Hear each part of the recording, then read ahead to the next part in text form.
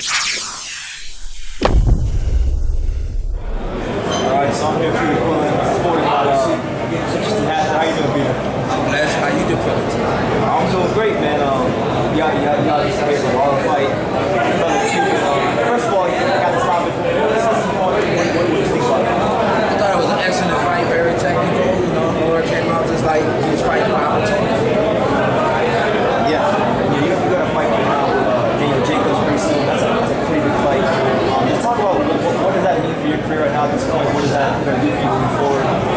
It's about, getting to another level every time I can step out there. Then we try to, pride ourselves on the things and the possessions that we have. And I found out it's not that important.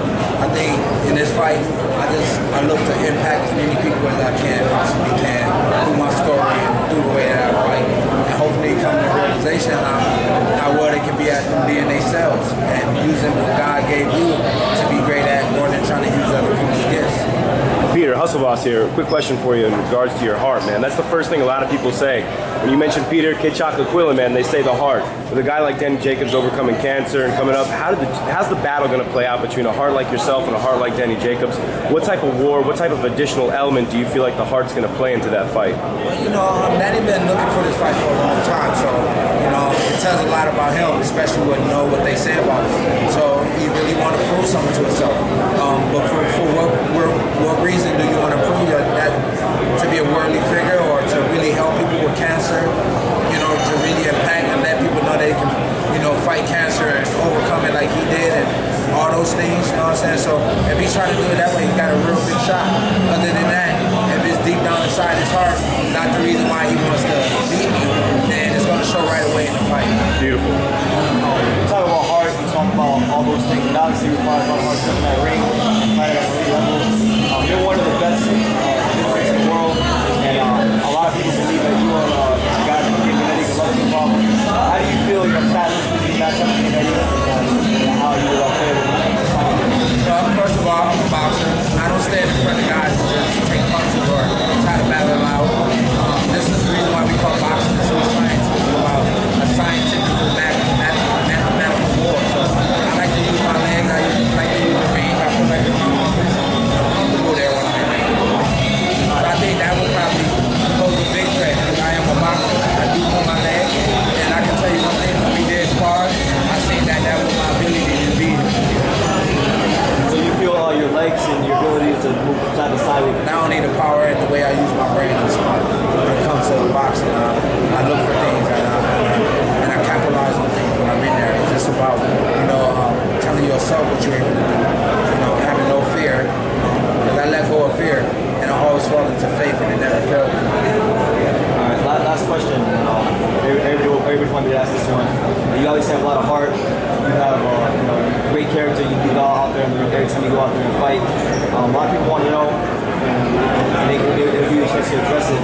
Why is somebody that's as likable as Peter Quillin, associated with someone like a guy like Haymon already? A lot of controversy in the past. Can you just touch on that? Maybe kind of say that again. Could you speak on about working with Haymon already? Yeah. If you have any misconceptions that might be about him? Well, let me just say, Memo definitely know what he's doing, first and foremost. I believe everybody had a big chance to F up. He definitely did. He admitted that. He stepped forward, and now he's living with the fact that he messed up, but it's never too late to take a shot for himself. So he's been doing it with like Badu Jack, Alyssa Marquez, a lot of this other fighters that he's just trying to clean up the sport in a way that it's going to shed good light to his name. So for me, I like to work with him. He's very passionate about his job, and I look for that in a person, not so much, their past, because we can all go back to our past and say what we did. As a kid, I stole candy. I told a million lies. So who am I to tell somebody else something bad about who they are? You know what I'm saying? I hope through everything that people look deep into their own past and they try to become better for their future. So we live in the present now, and we looking to create those new moments to get to that future. Let's talk WBC. WBC green, middleweight belt, excuse me. Canelo's got about 10 days left to make a decision as far as what he's going to do at GGG. How do you feel about a potential September, maybe even October fight with Triple G in the event that you take the W with Jacobs, and obviously Canelo would have to lose to a Triple G sometime around May. How do you feel about that? Well, I want to just ask you something. This is a political game. This is not something I want to fight him. I want to fight him. It sounds that easy, but it's not. It's political. That's right. It's a political thing. I have nothing to do. You know how big of a fish I am in this big ass pond of a small fish. You understand what I'm saying? So when we look at a potential fight between me and him, and then like we look at the people that I work with who don't do anything besides try to make the best fights and also get his boxers paid, which is Al Haymon. You know, I'm very happy to work with him. Right. So when it ever comes to negotiation, I'm gonna always have Al in my corner. So if it's ever a GGG fight, you know what I'm saying, I'm sitting down and negotiate with Al Haymon just to make sure, you know, it's gonna be definitely, your health should be over wealth, right? Because you only get one life. When I step in the ring, as you see with Christian Quillin, you know, a lot of fighters fight for the glory and the glory moments and end up in a coma, you know, having your brother by your bedside, and you know, it's the worst, saddest thing, but then nobody accepts that. But you know, we got to make things realistic, and that's what I try to do as a boxer, is make sure that I make this realistic. Gennady Golovkin is definitely a good fighter, a dangerous fighter at that, and I respect that. But did I come in the game to be scared of anybody? No, I haven't.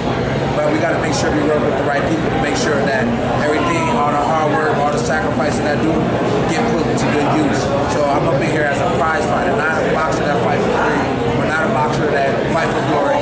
Because anytime I step in that ring, I couldn't come home to my son. That'll break my heart. And I could never imagine my wife sitting by my bedside waiting for me to come out of the ring. You know what I'm saying? Yeah, absolutely. So for me, it's real life. And you know, no matter people, they're gonna say, I always thought I was gonna be the one that everybody likes. And I found out immediately that's not the way it goes. You know what I'm saying? You're gonna have your people that say whatever they say.